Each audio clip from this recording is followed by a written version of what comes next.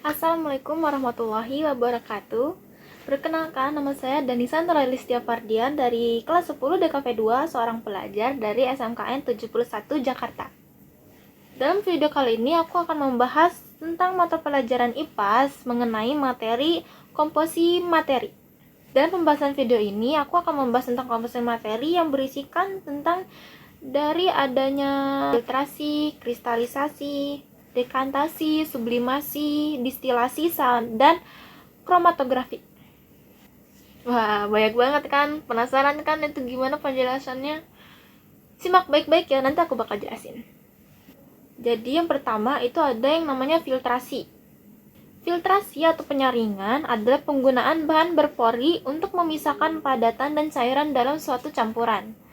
Simpelnya, filtrasi ini tuh kayak teh celup. Jadi, teh celup itu, tehnya itu memakai sistem filtrasi. Kenapa? Karena itu kan penyaringan ya. Kan dalamnya itu ada teh, terus di teh itu tuh, sari-sari tehnya itu dibungkus dengan plastik yang berpori. Itu simpelnya. Nah, terus yang kedua, ada kristalisasi. Jadi, kristalisasi atau penghabluran adalah proses pembentukan bahan padat dan pengendapan larutan, melt, atau lebih jarang pengendapan langsung dari gas. Biasanya itu pengendapan larutan sampai bentuk kristal itu pemisahan kristal NaCl dari air laut menggunakan sinar matahari. Dari air laut tuh bisa jadi garam gitu kan. Nah, itu pakai sistem kristalisasi. Selanjutnya yang ketiga ada dekantasi.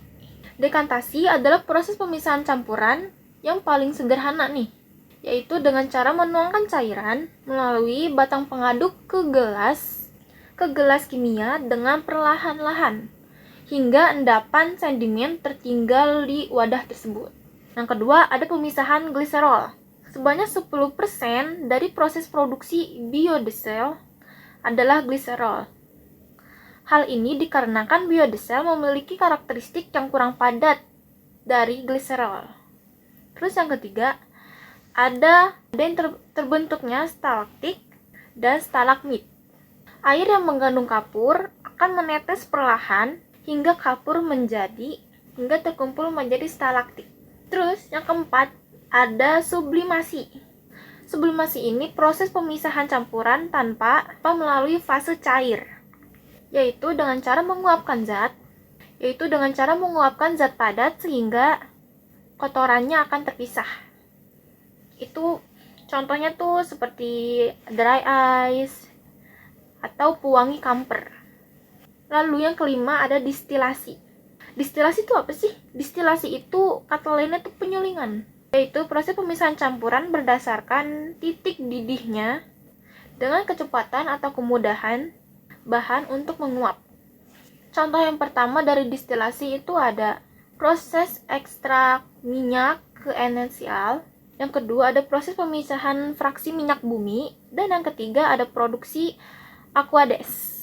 Nah, yang terakhir ini kromatografi. Kromatografi adalah proses pemisahan campuran berdasarkan perbedaan pola pergerakan antara fase gerak dan fase diam suatu molekul pada suatu larutan.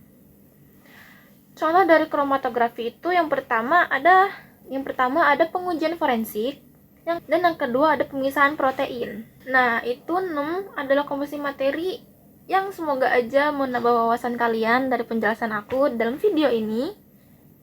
Semoga bermanfaat untuk kalian semua. Sampai jumpa di video selanjutnya. Wassalamualaikum warahmatullahi wabarakatuh.